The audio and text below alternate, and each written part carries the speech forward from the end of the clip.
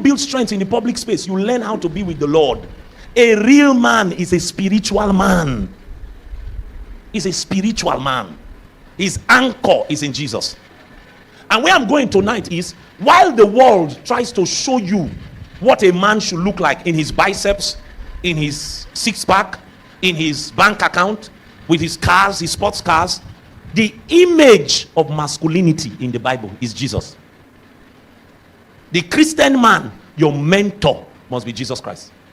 Just go, you know, our assignment this year is to study Jesus. Go and study Jesus. Bro, there were all kinds of women around Jesus. He never touched any one of them inappropriately. Never. Never. Jesus is the epitome of masculinity. Epitome. So you can't make a Hollywood image your mentor. You can't make what they are trying to push up as manhood as your image of masculinity. It must be Jesus Christ. So young ladies, look for a man that looks like Jesus, talks like Jesus, acts like Jesus, in the secret and in the open. That is the key. That's a real man. He may not have biceps. He may look like Pastor Barrow. Just slim, quiet, but he's a warrior in the spirit. You think that thing Evangelist Shala shared with us, you can do it? You think you can do it? Look at some men walking with their wives on the road.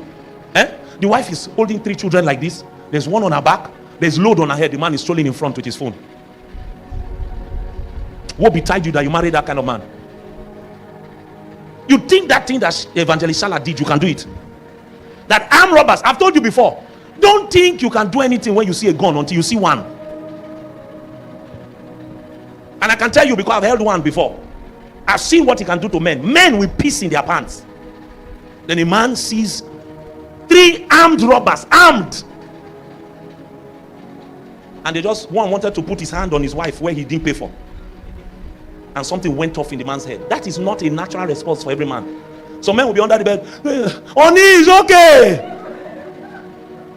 Don't beat my wife. Oh, don't beat my wife. Oh, Jesus. And nobody will blame him. Do you know nobody will blame him? They tell you that you should not argue with an armed man. But you see, a real man is protector. He's protector.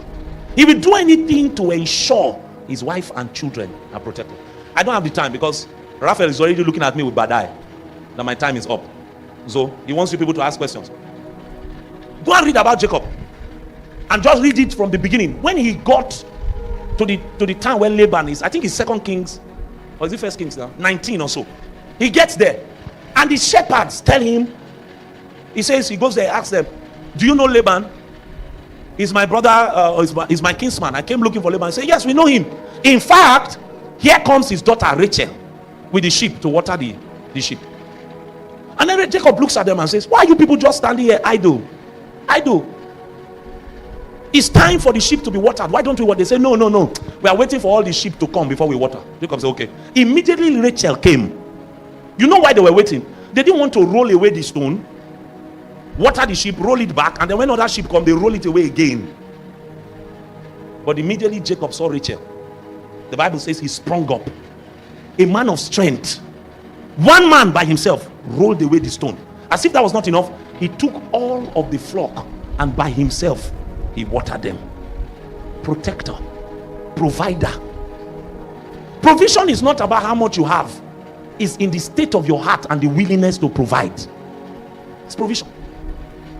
You're in a relationship now with a brother, young lady. You're the one doing all the calling. You're in a relationship with yourself. Don't be deceived. You are about to marry yourself. You say, he's just too busy. I know him. He loves me. Oh. My wife will tell you, when we were cutting, we can talk on the phone for hours. Hours. Somebody say, were you jobless? No. I had work. I will close at 6. I wake up at 6 a.m., close at 6, rush, take my bath. Then once I've taken my bath, I was offshore.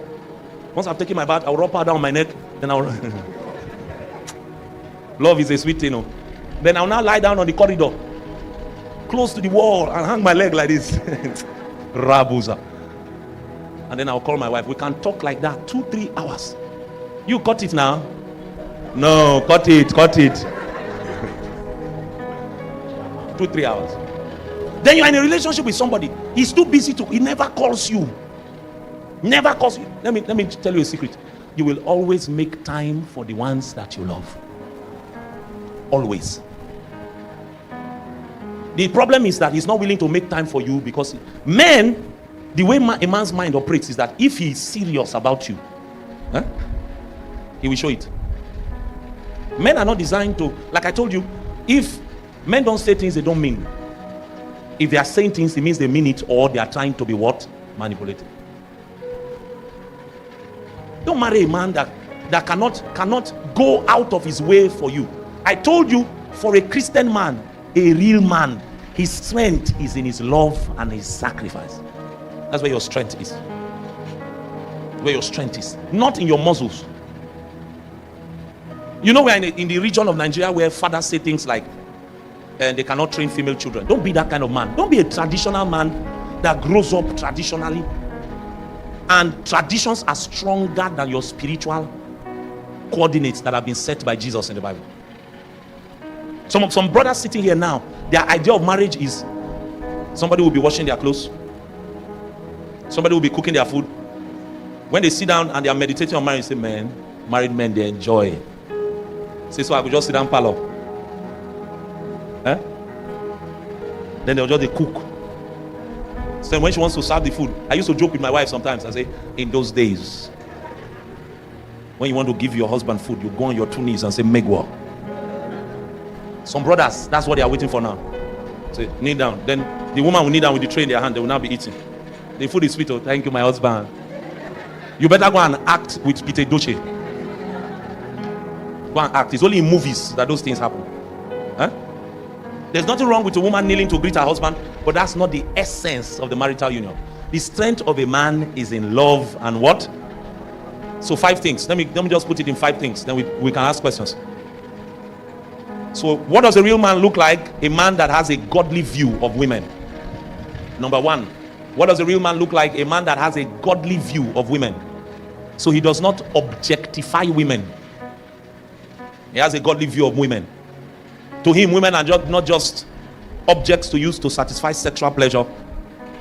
A woman is his equal, but he has the privilege of leadership. He's the first amongst equals. A Christian man realizes that he's the first among equals. He's the head, he's the leader, but his wife is not inferior to him.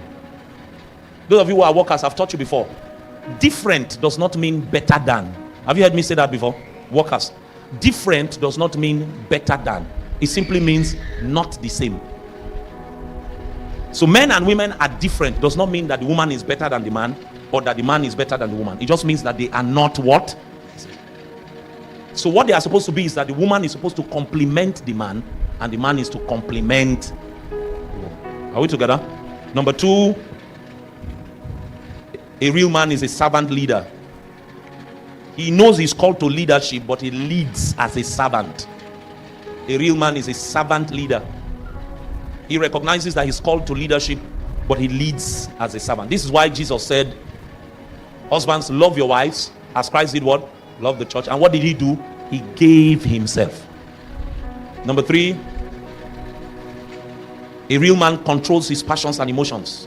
Look at what I wrote here. He keeps his hands off a woman who is not his wife, keeps his eyes off pornographic material. He can be trusted with women's innocence and virginity. He does not define himself by his sexual ability. Number 4, a real man is a protector. Protector. A real man is a protector. He protects his wife, protects his children, protects his siblings. He's a protector. Last not least, and the most important for me, that's why I left it for last, a real man is a spiritual man. What does it mean to be a spiritual man? He's genuinely born again, and he's committed to growing spiritually.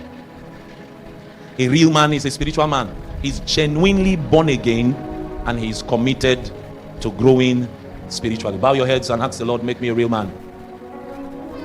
If there are areas of your life that you need to work on, if it's self-control, talk to him now.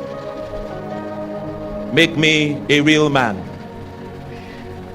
A real man, a real man, a real man. Pray now. I don't just want to measure myself by the way I look. I don't just want to measure myself by my economic status.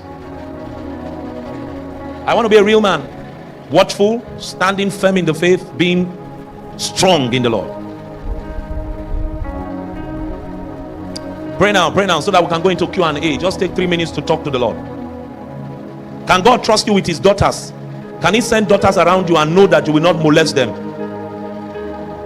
Are you the kind of brother that is telling every sister that she's beautiful? You are manipulating sisters. Repent now and ask the Lord for mercy. Quickly. All the sisters around you are falling in love with you, and you are doing it intentionally, playing with their hearts so that they can cook for you, so that they can send you transport money. You are using your privileged position as a man to prey upon the vulnerability of sisters. You are a wicked man. You are wicked.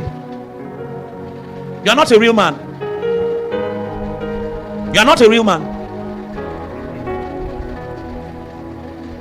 You are not a real man. You are wicked. You are deliberately draining the femininity of women, taking advantage of them because they are your sisters in the Lord. Ask the Lord for mercy now.